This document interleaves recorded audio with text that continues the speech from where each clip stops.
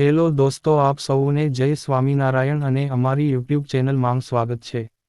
પરમ પૂજ્ય પ્રગટ ગુરુહરિ મહંત સ્વામી મહારાજે સુરત માંગ 55 દિવસ એક ધારૂમ સુરત નાન હરિભક્તોને અતિ ભવ્ય લાભ અને સત્સંગનું અર્થાત સુખ આપ્યું હતું. ત્યારે તારીખ 5મી ફેબ્રુઆરી 2024ના દિવસે બપોરના 1 વાગે પ્રગટ ગુરુહરિ મહંત સ્વામી મહારાજ કણાદ અક્ષરધામ મંદિરેથી સુરત એરપોર્ટથી ચાર્ટર્ડ પ્લેન દ્વારા અબુધાબી ખાતે પહોંચ્યા હતા.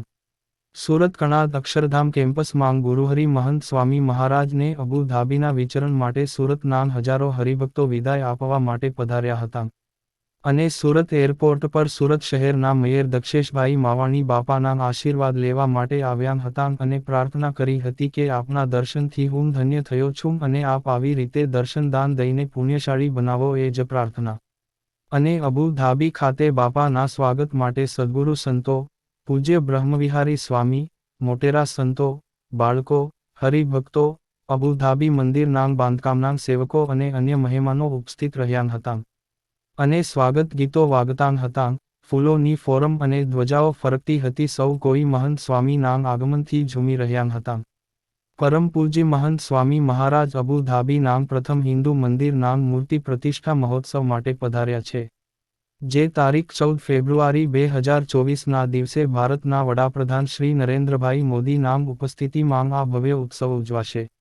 આ અબુધાબી BAPS હિન્દુ મંદિર વિશ્વનું સૌથી અલગ, ભારતની સંસ્કૃતિને ઉજાગર કરનાર, હિન્દુસ્તાનનો ભવ્ય વારસો અને હિસ્ટરી ક્રિએટેડ મંદિર છે. જે આપણે સૌ જાણીએ જ છીએ કે આ મંદિર શું છે અને એનાથી સનાતન ધર્મ અને ભારતને શું ફાયદો થશે. BAPS સ્વામિનારાયણ સંસ્થા એ દેશ વિદેશમાં 1400મી વધુ મંદિર બનાવીને સનાતન ધર્મનો વિશ્વમાં ડંકો વગાડ્યો છે.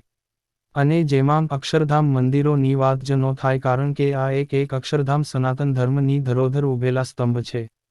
ગયા વર્ષે પરમ પૂજ્ય મહંત સ્વામી મહારાજે 91 વર્ષની જેફવે અમેરિકાનું રોબિન્સવિલે અક્ષરધામ જે વિશ્વનું સૌથી સુંદર અને સૌથી મોટું હિન્દુ મંદિર વિશ્વને અર્પણ કર્યું હતું.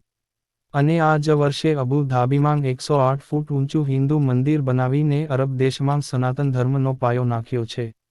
આ મંદિરનો સંપૂર્ણ માહિતી અને અન્ય સમાચાર અમે અમારી ચેનલમાં વિડીયો મૂકેલા છે, જેની લિંક વિડીયોની ડિસ્ક્રિપ્શનમાં લિંક આપેલી છે.